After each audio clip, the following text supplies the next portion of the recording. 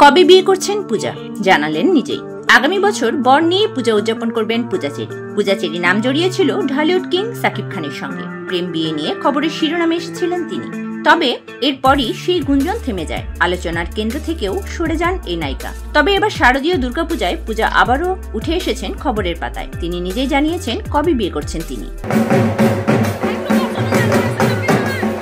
এদিকে ঢাকার প্রতিটি পূজা মণ্ডপ এবারও ছিল বেশ উৎসব মুখর। ঢাকের তালে নাচে, সিঁদুর খেলায় মাতোয়ারা ছিলেন শোবিজ অঙ্গনের তারকারা। তাদের মধ্যে ছিলেন চিত্রনায়িকা পূজা চেরি, যিনি পুরো পুজো মণ্ডপকে আনন্দে মেতে উঠতে সাহায্য করেছেন। বৃহস্পতিবার বিজয়া দশমীর পবিত্র তিথিতে দেবীকে বিদায় জানানোর মধ্যে দিয়ে শেষ হলো এই আনন্দময় উৎসব। এদিন সিঁদুর খেলায় অংশ নেন পূজা চেরি। পাশাপাশি সাংবাদিকদের সঙ্গে কথা বলেন তিনি। বিজয়া দশমীর দিনে দেবী দুর্গার কাছে কি চাইলেন এই প্রশ্নের জবাবে পূজা বলেন, আমার যে গর্ভধারিণী মা মারা গেছেন তিনি যেন ভালো থাকেন, যেখানেই থাকেন ভালো থাকুক, এটাই চেয়েছি। দুর্গা মাকে বলেছি তুমি যেন ভালো থেকো।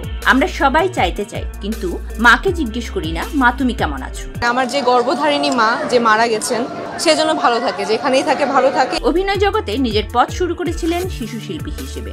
ধীরে ধীরে নায়িকা হিসেবে নিজেকে প্রতিষ্ঠিত করেছেন পূজা চেরি। কম সময়ে অভিনয়ের গুণে দর্শকদের মনে জায়গা করে নিয়েছেন তিনি। ব্যক্তিগত জীবনের দিকে নজর দিলে পূজা চেরি এখনো একা। বিয়ে সম্পর্কিত প্রশ্নে তিনি হালকা হেসে বলেন, এখানে একজন আমার গালে সিঁদুর লাগিয়ে দিচ্ছিল। তখন তারা বলল, প্রার্থনা করি আগামীবার যেন দাদাসহ মণ্ডপে আসতে পারো। দেখা যাক কি হয়। চিন্তার বিষয়, চিন্তা করে দেখি।